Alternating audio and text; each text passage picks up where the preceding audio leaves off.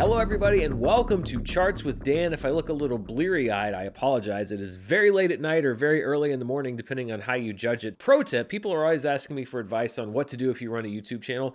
Don't schedule 3 hours of meetings on your busiest day of the week. That is just a recipe for a late night, which is what I'm having. But I'm energized by the box office because we have a lot to talk about. The continued saga of Ant-Man and the Wasp: Quantumania, the huge debut of Creed 3, and so much more. Before we get to that though, I want to thank, as always, my partners here on the show, Carbon Health. You've heard me talking about Carbon Health. They're 120 plus locations that handle urgent care, COVID and RSV and flu testing, vaccinations. But what people should be looking into is the fact that they're expanding into primary care services. And those services include connected health, which is the idea that our health isn't just about our bodies, but about our mental health. Carbon Health is expanding those primary care services further this year in 2023. They just recently rolled out in Massachusetts. And if you're in California, you can check them out right now, as well as the services they've always provided, including urgent care services and telehealth, which you can use using the Carbon Health app. I love being partnered with Carbon Health because I like what they're doing,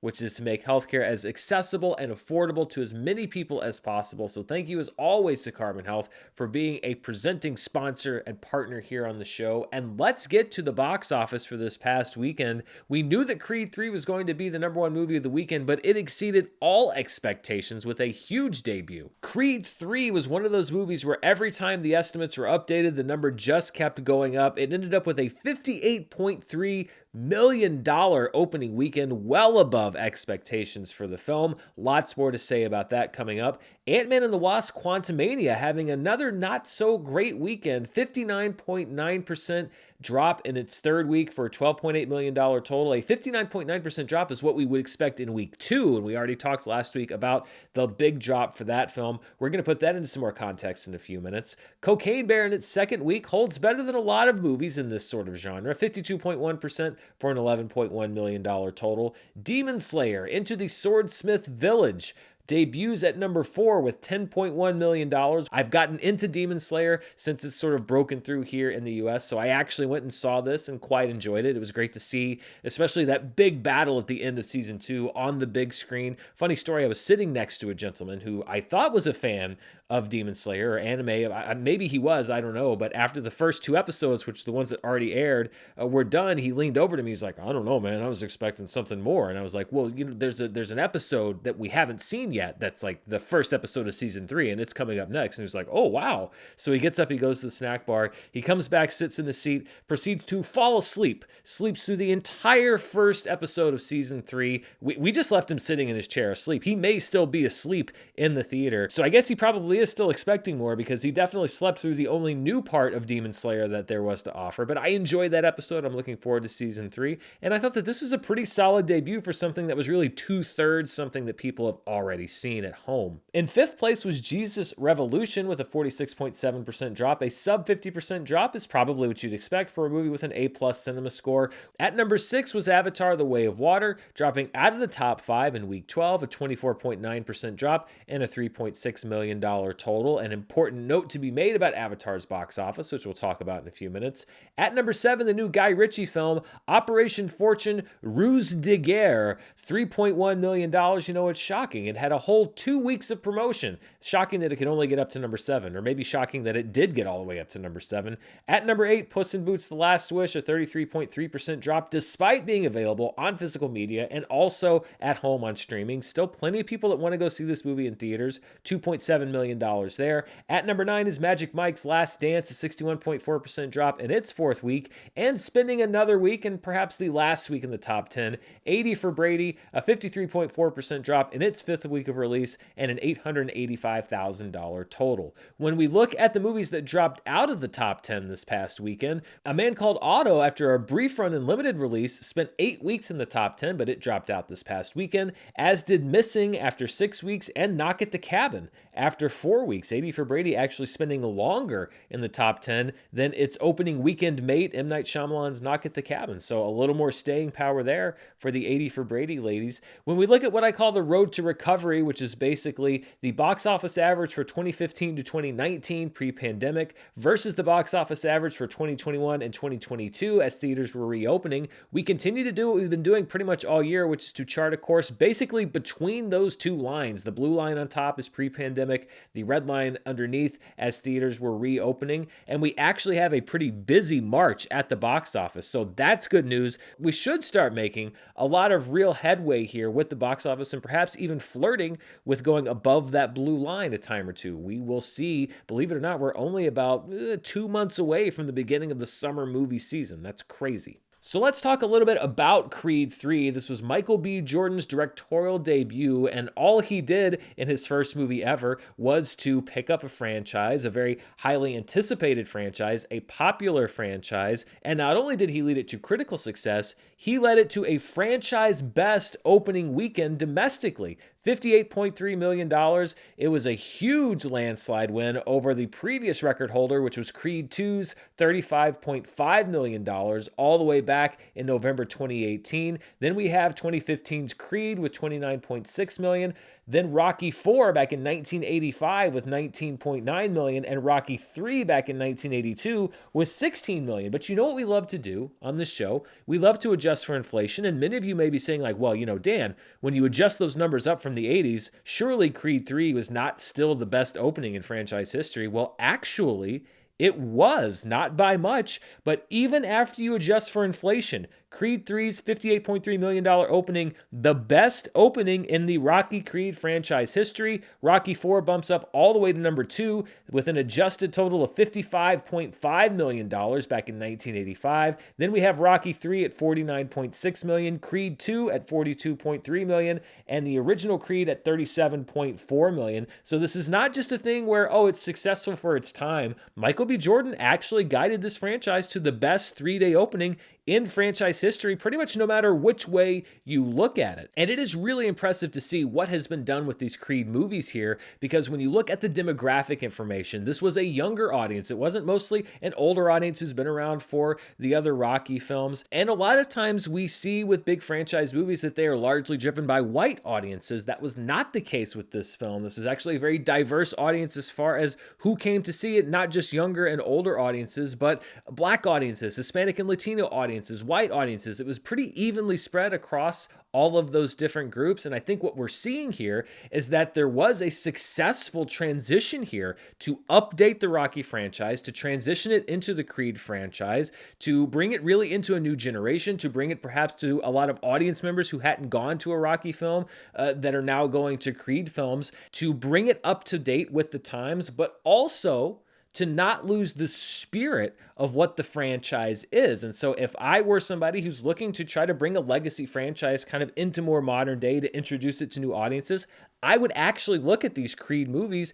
because they've done a very good job of introducing maybe some legacy characters. This was the first one without Rocky. It was the biggest opening they've had yet. So they're not really relying on that nostalgia with Rocky, etc. They've built a new audience with Adonis Creed. I know I said in my review that I hope this was the last Creed film because I didn't want them to kind of have diminishing returns. But if we look at this box office, I don't think that's looking very likely. Still, I think that Michael B. Jordan should be commended. I actually really liked the direction that he took the film and a lot of the stylistic touches and updates that he had. And it really seems like the audience agrees, and we may well see many more entries in this Creed franchise. This is, of course, when you include the Rocky films, a franchise that has spanned over 50 years, and so I'm introducing a new feature here to Charts with Dan, which is the franchise tracker. It's basically going to be able to track movies across different decades and different parts of the franchise by different grosses, so we can see just where a movie stands historically when you look at it compared to other movies. So here is the franchise tracker for the Rocky Creed franchise. When you look at just raw domestic gross, before you adjust for inflation or anything,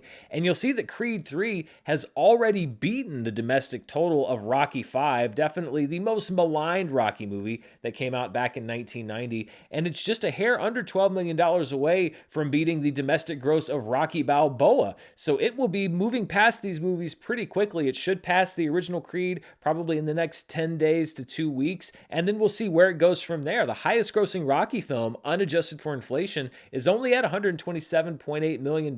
Could Creed have potentially a shot there? It had an A- cinema score. It could leg out and maybe become the highest grossing Rocky Creed film by raw domestic gross. But again, you know what I like to do here on the show, which is adjust for inflation. When we look at these numbers adjusted for inflation, I think it's pretty safe to say that Creed is not going to be the highest grossing film in the franchise by that metric, because when you look at the numbers that the original Rocky put back in 1976, $616.4 million gross adjusted for inflation. I don't think Creed 3 is going to get up to that level. Right now, it's in the bottom position with $58.3 million. When you adjust Rocky 5's gross for inflation, it's at about $93.7 million. Still easily attainable for Creed. It's about $35.3 million behind that total. It should be able to get there easily by the end of next weekend.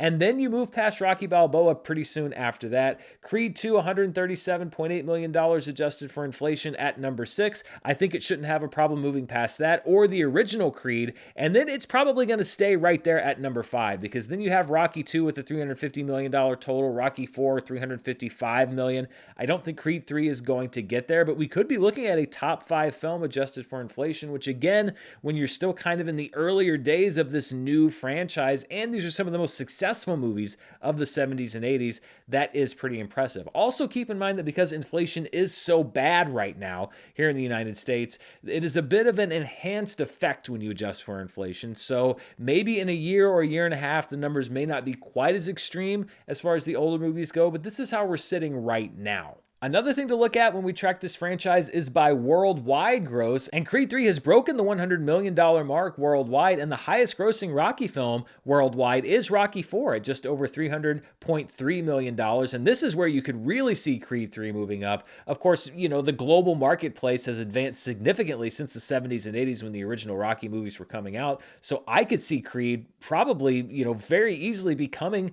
the second highest grossing Rocky Creed film of all time. Now, worldwide gross is where I don't really adjust for inflation, because you'd have to take into account not just the dollar amount, but the different exchange rates, and the money coming in from Great Britain or Australia or whatever wouldn't be the same today as it was then. It just gets very complicated. So this is one thing that's harder to put into context, but still, Creed 3 really set up for success on the worldwide stage, perhaps even more so than it is domestically. Creed 3 also set an interesting mark that you may not have known about: live action sports movies. And the reason that I say live action is because I did not want to have the discussion about whether or not the Cars films are sports movies. And Creed 3 actually put up the biggest opening weekend of all time for a live action sports movie. Creed 3 there at $58.3 million. Then 2005's The Longest Yard in the number 2 spot with $47.6 million. Talladega Nights: The Ballad of Ricky Bobby right behind at number 3 with $47 million. Then 1998's The Waterboy with $39.4 million.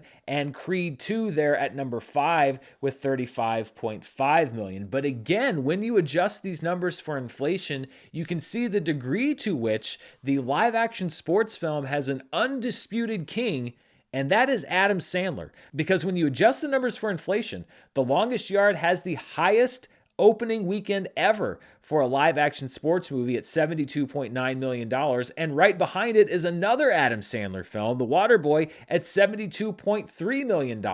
Talladega Nights: The Ballad of Ricky Bobby runs in third at $69.8 million. Creed 3 is bumped down to number 4 with $58.3 million. And then Rocky 4 takes that 5 spot with $55.5 million. So even adjusted for inflation, we have Creed 3 posting one of the best opening weekends ever for a live action sports film. So kind of an unqualified success in my eyes for Creed 3, and we'll see where it goes from here. It does face a lot of stiff competition as we get into the month of March, but for Jonathan Majors, what a year already. Even if he had nothing else on the books, this would be a banner year for him, but I still think that we have his most impressive performance yet still to come in 2023, and that is the much smaller film magazine Dreams, which was acquired out of Sundance. Let's talk now about Ant-Man and the Wasp: Quantumania. We talked last week about the fact that it had an MCU worst drop from weekend 1 to weekend 2, and I think the hope was that perhaps it would mitigate some of that damage as far as how much it dropped from weekend 2 to weekend 3, but that was not the case, because when we look at the MCU history as far as weekend 2 to weekend 3 drop-offs, it just barely avoided having the worst ever drop-off from its second to its third weekend. 59.9% was the final number for Ant-Man and the Wasp: Quantumania. It was beaten only by the second to third weekend drop-offs of Thor: The Dark World and Thor: Ragnarok, but it is the worst of the current crop of Marvel films, certainly the post-pandemic crop. Actually, the three best holds in MCU history were three Phase 4 films: Black Panther: Wakanda Forever, Spider-Man: No Way Home, which had the benefit of the peak holiday season for its third weekend, and then Shang-Chi and the Legend of the Ten Rings, which was a pretty sizable hit considering when it came out and what stage theater reopenings were. The fact that Ant-Man and the Wasp: Quantumania is trailing all of those films and really just above these two Thor films is not what you want to see, because again, when you pair the fact that it had the biggest ever drop from weekend 1 to weekend 2 with the third biggest drop from weekend 2 to weekend 3, that just underscores what I've been saying really for the last week or so, which is that this has had very weak legs, not good word of mouth, not a lot of enthusiasm, not a lot of repeat business, and some people have said like, well, it's performing like an Ant-Man movie, which would be fine if the expectations placed on it were that of an Ant-Man movie, but I think it was pretty obvious that Marvel was expecting this to be the big, flashy, sensational kickoff of Phase 5, and that's not really how it's been performing. It has been kind of performing almost as an average Ant-Man movie, and depending on how this ends up, then it may even end up below that. And I could probably show you that if I did a big franchise tracker for the MCU and put, 31 movies on there, was tracking everything by worldwide gross and adjusted for inflation, but that would be an insane amount of work, and really only a crazy person would do that. So let's look at the franchise tracker for the MCU. This is by domestic gross. We have the Phase 4 and Phase 5 films there in yellow, and then Ant-Man and the Wasp: Quantumania there in green. And you can see that through its first 17 days, Ant-Man and the Wasp: Quantumania is now the 25th highest grossing Marvel film of all time. It has bypassed the final domestic grosses of Black Widow, Thor, the first Ant-Man film, Captain America: The First Avenger, Eternals, and The Incredible Hulk. And it is definitely going to pass the final gross of Thor: The Dark World there with $206 million.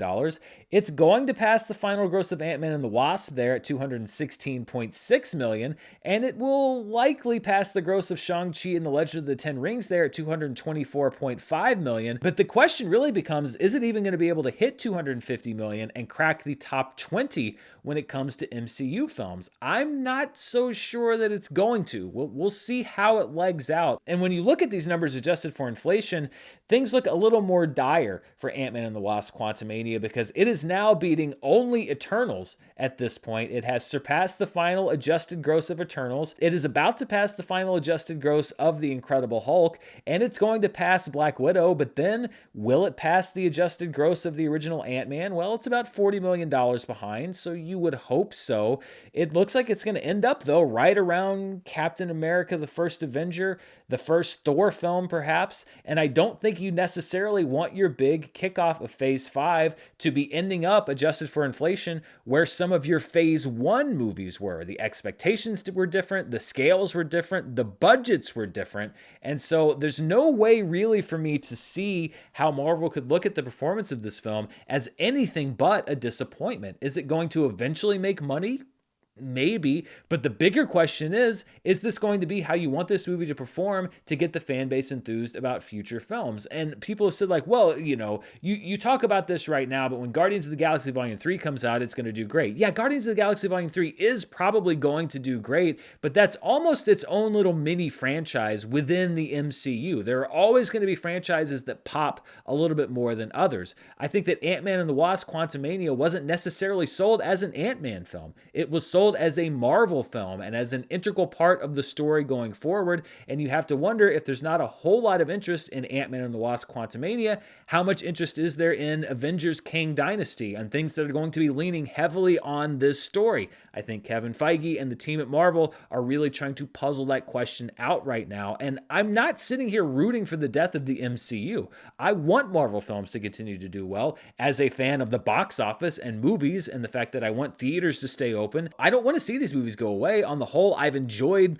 the vast majority of them, so I would like to see them take the lessons away, whatever those lessons are, from Ant-Man and the Wasp: Quantumania. And when you look at this franchise tracker as far as worldwide gross, again, how far can Ant-Man climb? I don't know if it has another, let's say, $200 million left in the tank to get up there to the gross of Iron Man 2 worldwide. And keep in mind, these are not adjusted for inflation. I think it could very well end up right around the first Ant-Man film at $518.8 million. And Ant-Man was not a movie like Black Panther, for example. You see that at number 6 over there with $1.3 billion. I think Ant-Man and the Wasp: Quantumania not passing the first Ant-Man film is different than Black Panther: Wakanda Forever not passing the first Black Panther film, because the two movies performed very differently. And if there's a dire outlook for Ant-Man and the Wasp domestically, I think it may be even more so worldwide, because also keep in mind, this is not one of those Marvel movies that didn't come out in China. Ant-Man and the Wasp: Quantumania did come out in China, so there's still some questions to be asked about Ant-Man and the Wasp: Quantumania and answered, but we also have this franchise tracker now for the MCU, and I'm going to be rolling these out for future films like the Scream franchise this upcoming week, and of course, as we get into other franchises throughout the year. This will be a fixture on the show and just kind of a new way to visualize how different movies are performing by different metrics. We have more to get to, but before we do, I want to thank one of the sponsors for this week's episode, Athletic Greens, the makers of AG1. I started taking AG1 because it was hard for me to get into the routine of taking daily supplements. That's something that a lot of people struggle with. But eating breakfast is something I do every day already. So I started including AG1 in my daily breakfast shake, and it makes me feel like I'm covering my nutritional bases right off the bat and starting my day right. The biggest thing it's helped me with is improved digestion and gut health, but it's also just good to know that I'm giving my body a lot of the things that it really needs. And AG1 was designed to help you live easier and better without having to make huge changes in your daily routine. It's just one scoop of powder mixed with water, or like I said, put into a shake once a day, which makes it easy to live your best life. Every scoop is packed with 75 vitamins, minerals, and whole food sourced ingredients, and it's delivered to me every month, which makes it super easy to maintain that daily habit. So if you're looking for an easier way to take supplements, Athletic Greens is giving you a free 1-year supply of vitamin D and 5 free travel packs with your first purchase. Just go to athleticgreens.com/Dan. That's athleticgreens.com/DAN to check it out. For the past 80 days or so, there has been a very close race that we've been watching here on Charts with Dan, and that is the race between Top Gun: Maverick and Avatar: The Way of Water to see what will end up being the highest grossing film released in 2022 domestically. Avatar: The Way of Water pulled ahead, and it looks for a while like it may actually be able to take that crown, but we had a significant development this past weekend. Here is their full journey here. You can see that for about the first week, they were very close. Then Top Gun: Maverick, the red line there, pulled ahead. Then Avatar: The Way of Water, as we got into peak holiday season, really opened up some space between it and Maverick. And for a little while, I didn't really ever think that it was going to be the top grossing film of 2022, but it certainly looked like it was going to be closer than it may end up being. But you see here over the past couple of weeks or so that race has really tightened, and it's gotten so close that it's kind of hard to see where those red and blue lines are right now. So let's zoom in a little bit. This is day 60 through 80, showing the cumulative daily gross of both films. And you can see Top Gun in red down there, Avatar: The Way of Water in blue. And this past weekend, from day 78 onward, seems to be the point at which Top Gun: Maverick has reestablished its lead over Avatar: The Way of Water. And I think for good, unless there is an unforeseen surge in attendance for The Way of Water, then I think that Top Gun: Maverick will remain the top grossing film released in 2022. The Way of Water put up a really good fight, but I think it was just too much as far as longevity when it comes to Top Gun: Maverick. When we look at the 2022 2022 domestic box office, we see there Top Gun Maverick, $718.7 million. Now, that gross has been locked in, but I know for a fact that it's playing in some theaters this weekend to prepare for the Academy Awards that are happening on Sunday. So whether or not those grosses are going to be reported and we get an updated domestic total for that, I'm not really sure. But when you look at Avatar: The Way of Water, it is about $48 million behind Maverick. I think it's going to end up very close behind Maverick, but it's not going to be the number one movie. So if I were at the decision desk, if this were a political race, I would say that I have seen enough, and I am projecting Top Gun Maverick officially to be the winner of the 2022 domestic box office race. But what a race. Didn't we have a lot of fun watching it? And by the way, two movies that made right around $700 million, I think they're both okay. Let's move on and look at the per theater averages for this past weekend, and Creed 3 was packing them in at just over 4,000 theaters, a $14,567 total at each of those 4,000 theaters. Demon Slayer Into the Swordsmith Village was in less than half that number, 1,774 theaters, but it looks like they booked the movie well because it was at number 2 there with $5,703 per theater. The Quiet Girl expanded into 18 theaters. This is Ireland's nominee for Best International Feature, $4,288. And I will say I finally had a chance to watch The Quiet Girl this past week as I'm trying to get all of the Oscar movies under my belt to make my predictions. And it is an exceptional film. It is a really good film. I don't know if I'm going to project it as the movie that I would pick for Best International Film,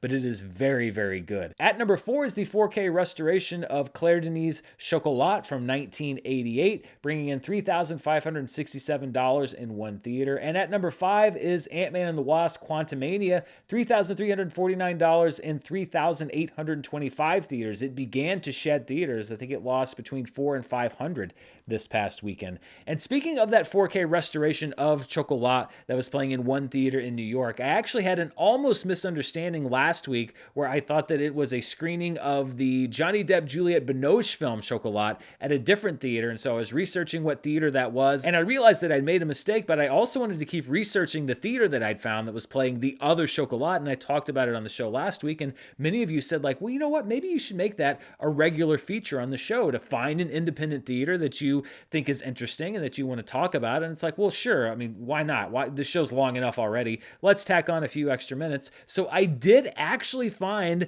another independent theater that I want to talk about during the segment, and maybe we'll keep doing this. I don't know. This was fun for me. This week, I want to talk about a theater I found in Brookline, Massachusetts called the Coolidge Corner Theater. It is a former church that was converted into an Art Deco movie theater back in 1933 and has been open ever since. It wasn't an easy road, though. It faced some financial difficulties in the late 80s, and the building was actually sold to a developer and was scheduled for demolition. But this is so incredible. A group of citizens formed an organization to save the theater. They had it declared a city historical landmark in order to delay the demolition. They were trying to raise over $2 million to help buy out that developer. And at one point, citizens from the town literally formed a chain around the theater to show how much they wanted to protect it. And when they couldn't raise enough money to save the theater, a local realtor, this man named Harold Brown, bought the Coolidge Corner Theater and leased the theater long term to the nonprofit group that was formed from the people who had gathered to save the theater from demolition. The Coolidge Corner Theater was reestablished as a cultural center, and 10 years later, Harold Brown saved the theater again by forgiving $350,000 in back rent so that the theater could afford renovations. Look at this guy very closely. He sadly passed away a few years ago, but Harold Brown understood what this theater meant to this city. The Coolidge Corner Theater is still a fully independent theater, and this week, if you're near Brookline, Massachusetts, which is right in the Boston metro area, you can catch all of the Oscar short film nominees, as well as The Quiet Girl, which I was just talking about, and that 4K restoration of Chocolat, which led me down this crazy road to begin with.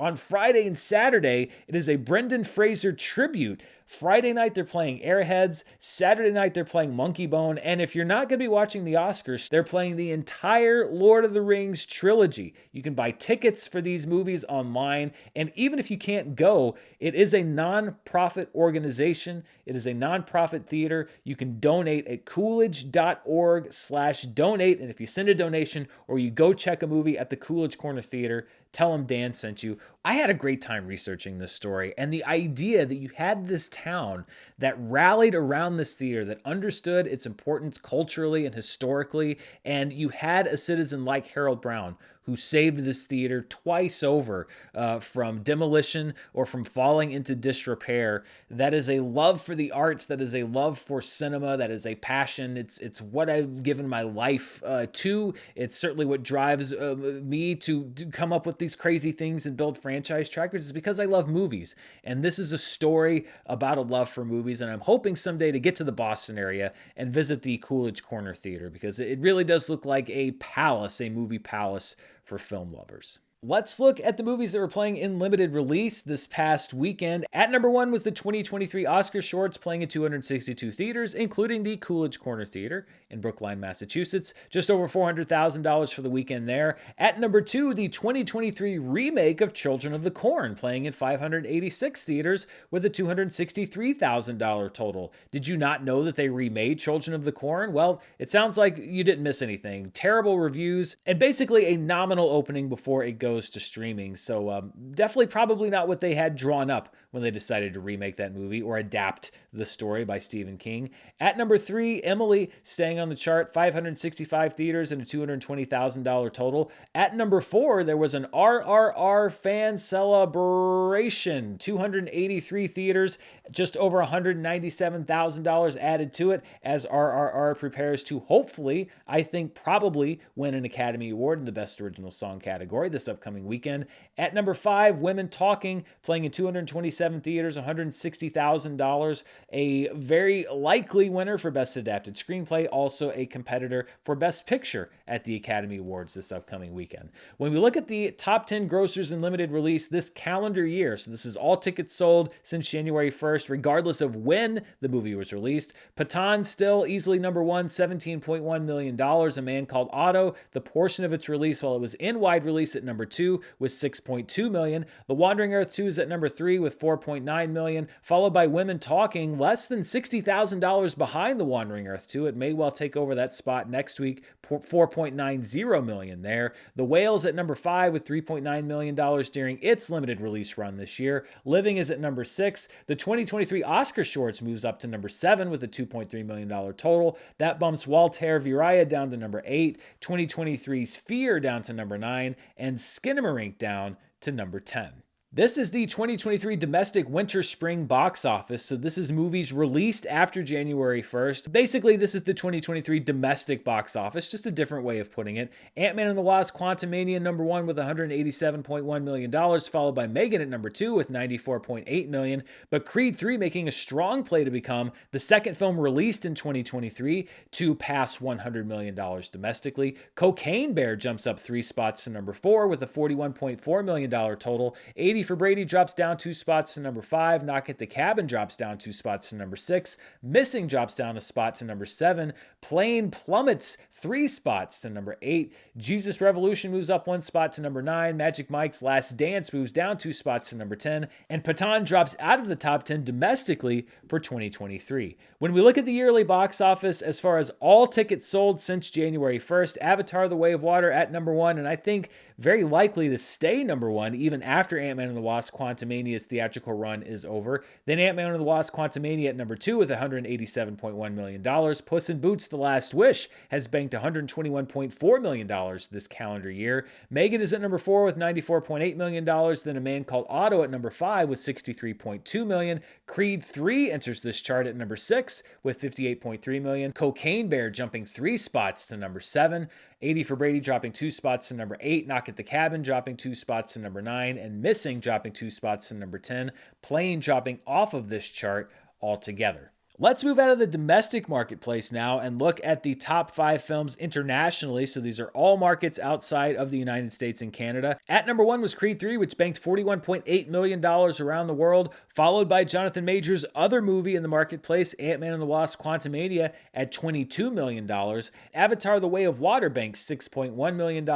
Then we have the Chinese film Cyber Heist at number 4 with just over $6 million, and A Guilty Conscience out of Hong Kong at $5.4 million.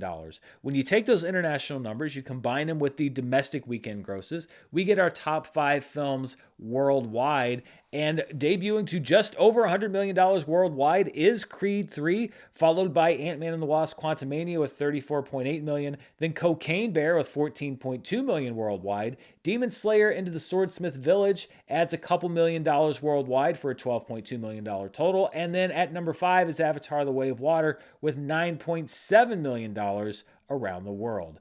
Looking at the 2023 worldwide box office, Full River Red maintains its number 1 spot, and I think it will for quite some time, $668.1 million. The Wandering Earth 2 at number 2 with $595.5 million.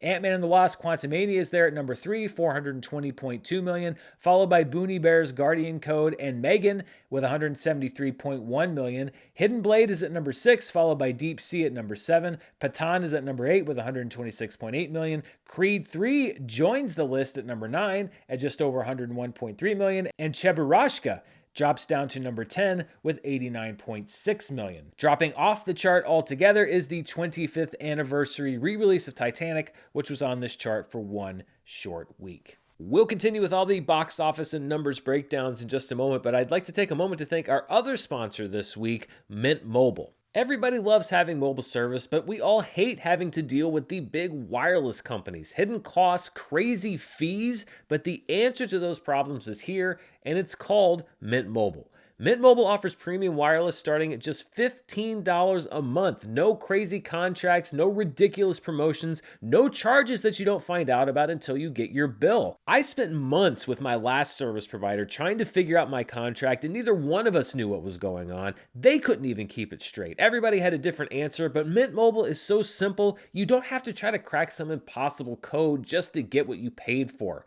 Mint Mobile gives you the best rate whether you're buying for one or a family, and at Mint Mobile, families start at 2 lines. All plans come with unlimited talk and text, plus high-speed data delivered on the nation's largest 5G network. And you can use your own phone with any Mint Mobile plan and keep your same phone number along with all of your existing contacts. Get premium wireless from just $15 a month with no unexpected surprises at mintmobile.com/Murrell. That's Mint, M-I-N-T, mobile.com/Murrell, Murrell.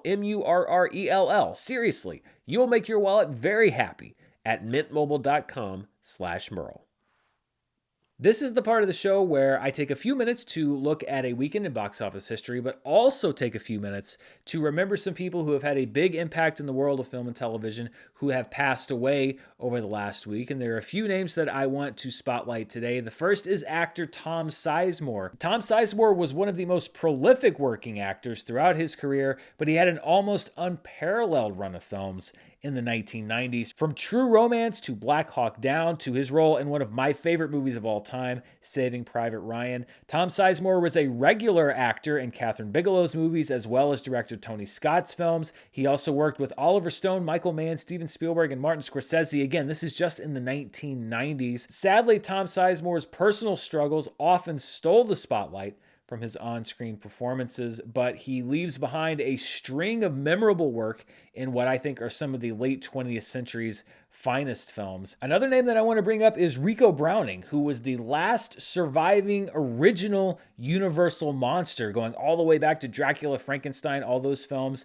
Rico Browning was inside the suit of the Gill Man in Creature from the Black Lagoon in the underwater sequences from that film, and that alone would be notable enough to build a legacy on. But Rico Browning also wrote the story for the movie Flipper and went on to co-create the 1960s TV show and also directed over 36 episodes of that show. He also worked as a second unit director on underwater sequences for several movies, including the James Bond film Thunderball and the Baby Ruth scene in Harold Ramis's Caddyshack.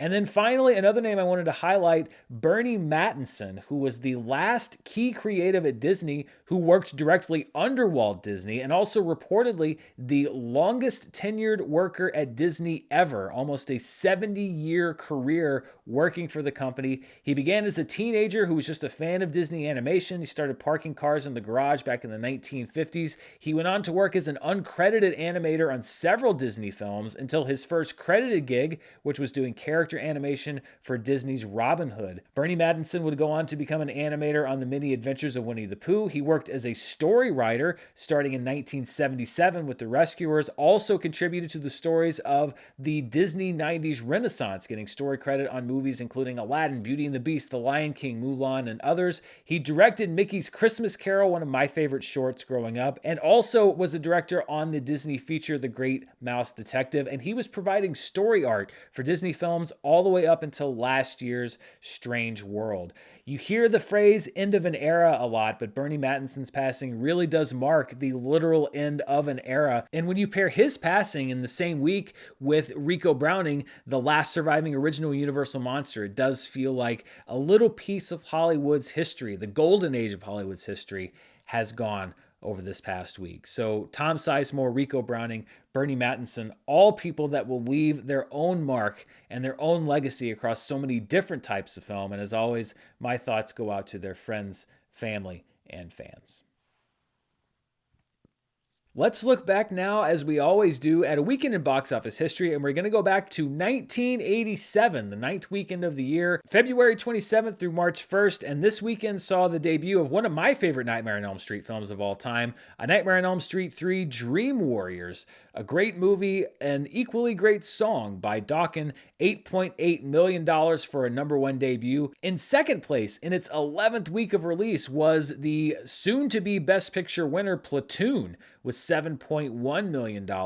Outrageous Fortune, starring Bette Midler and Shelley Long, was holding well in its 5th week, just a 3.1% drop from the previous week and a $4.4 million total. At number 4, the film Mannequin, which was about a mannequin that comes to life. Well, the 80s was a weird time. In its 3rd week, an 18.6% drop for a total just over $4 million.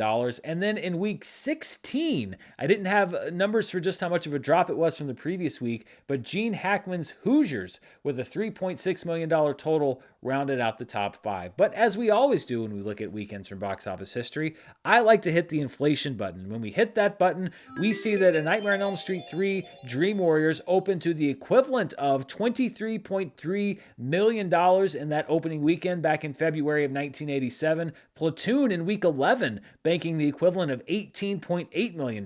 Not bad for where it was in its theatrical run. Outrageous Fortune banking $11.6 million in week 5. Mannequin $10.7 million in week 3. And Hoosiers $9.6 million in its 16th week. Before we wrap up, as always, I like to look at what people are watching at home through various different streaming services, and we will start with the iTunes store, what people are streaming, buying, renting, etc. And making its debut at number 1 is the Tom Hanks film, A Man Called Otto. It dropped out of the box office top 10, but it's number 1 on the iTunes charts, available for purchase only, but that's not stopping people because it's there at number 1. The Whale at number 2, also available only for purchase. Women Talking, now available for purchase and rental, is there at number 3. The Fabelmans at number 4. Dragon Ball Super Superhero, available for purchase, cracks the top 5 at number 5. Puss in Boots: The Last Wish, still available for purchase only, is at number 6. Knock at the Cabin hits the streaming charts, available for purchase and premium video on demand at number 7. As does Magic Mike's Last Dance, available for purchase and premium video on demand at number 8. Plane is at number 9, and I Want to Dance with Somebody enters the charts, available for purchase and rental at number 10. Let's look now at the top programs over on Netflix, and this uses what I call my global Murrell metric. I generate a number called the PFV number, which stands for potential finished views. I take the total number of hours watched, divide it by the length of the program, and that gives me the number of people who could potentially have finished a given movie or series. And when we look at the week of February 20th through February 26th, at number 1 is the Netflix original movie We Have a Ghost, starring David Harbour. I meant to watch this. I haven't had a chance to watch it yet. A PFV of 19.18. At number 2, another Netflix film that looks really interesting, the horror film The Strays, at 17.88 PFV. And then just behind, Outer Banks Season 3, a Netflix original series that drew a big hours watch number, 154.9 million hours watched for a PFV of 17.69. At number 4, Murdaugh Murders, which is taking on the real-life Alex Murdaugh case, which just came to a dramatic conclusion last week. Just over 40 million hours watched for a PFV of 17.04. Your Place or Mine, the Netflix original movie, is at number 5 with a PFV of 12.05, followed by Army of One, which is, as far as I could find, 9, a straight-to-DVD film from 2020 that's now on the top 10 charts for Netflix. It's a hell of a place, huh? A PFV of 10.76. Triptych Season 1 is at number 7. This is a series out of Mexico where a forensic investigator finds that a body that she's investigating looks exactly like her. What an interesting setup. A PFV of 9.01. The South Korean film Unlocked is at number 8 with a PFV of 8.29. You Season 4 stays on the chart with a PFV of 7.1. And The Law According to Lydia Poet Season 1 stays on the chart with a PFV of 5.36. And when you look at the most watched 2023 Netflix programs year to date, meaning all views after January 1st, You People remains number 1, although Your Place or Mine is gaining on it. You People has a PFV of 76.61. Your Place or Mine, though, up to 68.83. Ginny and Georgia Season 2 moves down 1 spot to number 3 with 60.6. Wednesday Season 1 actually moves up 1, despite the fact that it came out way back in 2022. It has a PFV of 47.6 just this year. You Season 4 moves up to number 5 with a PFV of 47.03. The Pale Blue Eye and Glass Onion both drop. The Pale Blue Eye moves down to number 6. Glass Onion moves down to number 7. Viking Wolf is at number 8. Kaleidoscope is at number 9. And entering the chart is Minions, The Rise of Gru, the only non-Netflix movie or series on this chart. A PFV of 28.85 so far this year. Dropping out of the top 10 is Doggone, a Netflix original movie that's about a dog that's gone. I'm just going to let that sink in so you can process that for a second. The dog is gone and also gone from the charts. Let's look now at the Nielsen ratings. As always, caveats here. These are about a month old. They take about a month to generate. They don't cover all devices or all streaming services, and they are for the US only. But it's the best that we have as far as comparing different streaming services to see how these different movies and shows are shaking out. And let's look first at the most watched streaming movies. This is for January 30th through February 5th. And you see here a big debut for Black Panther: Wakanda Forever. The big theatrical debuts on Disney Plus don't always move the needle here on the Nielsen charts, but Black Panther: Wakanda Forever sure did. 37.8 million hours watched, an easy number 1. You People's at number 2 with 25.8 million on Netflix. Minions: The Rise of Gru on Netflix, also with a strong debut, 19.7 million hours watched, followed by Pamela: A Love Story, which debuted this week on Netflix, just over 9 million hours watched. Amazon's Shotgun Wedding is at number 5. Lyle Lyle Crocodile on Netflix is at number 6 with 6 million hours watched, followed by Viking Wolf making its debut at number 7, Flushed Away on Netflix making its debut at 8, and then the two standbys, Encanto on Disney Plus at number 9 and Moana on Disney Plus at number 10. When we look at the most watched streaming shows for the week of January 30th through February 5th, at number 1 is Amsterdam, available on Netflix and Peacock with just over 20.8 million hours watched.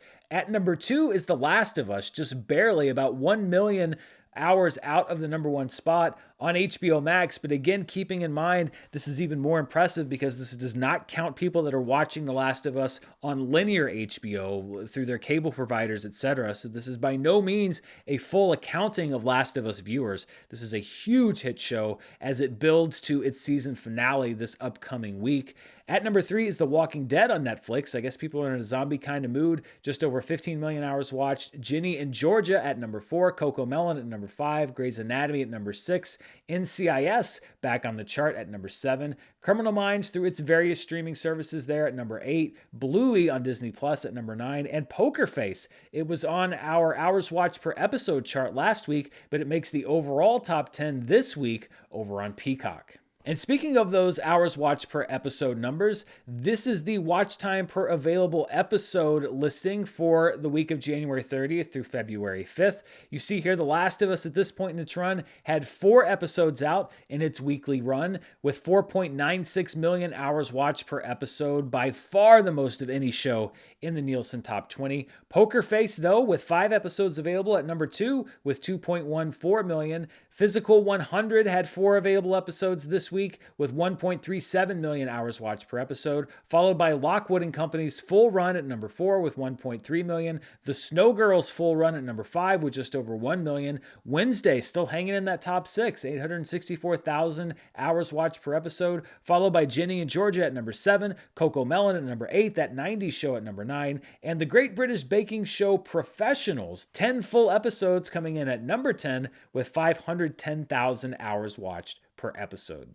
And that does it for Charts with Dan this week. A busy week coming up on television, at the movie theaters, on different streaming services. Tomorrow, on Wednesday, Netflix is debuting a series called MH370, the plane that disappeared, about the Malaysian flight that disappeared. It was the story of the week on cable news several years ago. Well, now Netflix has a show about it. Coming up this weekend in theaters, we have Scream 6, which is opening nationwide. We also have the film 65, aka Adam Driver Fights Dinosaurs, and I can't wait. It's also opening in wide release on Friday after bumping up a week, I think, to get out of Shazam's way, although now it's in Scream 6's way. I don't quite know how that math works. And then also opening this weekend is the Woody Harrelson sports comedy Champions.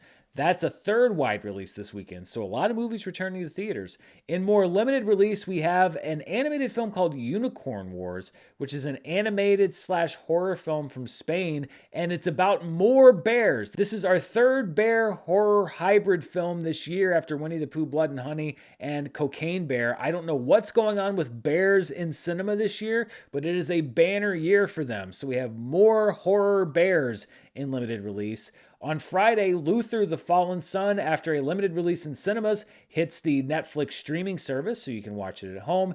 Chang Can Dunk is an original Disney Plus film that's hitting the service on Friday. And then on Sunday, we have a big matchup. The Last of Us Season 1 finale is on HBO Max. It will be going up directly against the Academy Awards on Sunday on ABC, and I'm pretty sure The Last of Us may well draw more viewers. That's just where we are with award shows versus scripted dramas. It poses quite a dilemma for me because I'm going to be covering both of those, but I will be doing first of all, a live stream of the Academy Awards over on Patreon. I know I don't talk about Patreon as much here on the channel, but we're still going strong over there. We have Dan's Movie Club that we do every single month, but I will be doing a live stream watch along of the Oscars for everybody, all my patrons at all levels. So if you want to go check that out, it starts at just $2.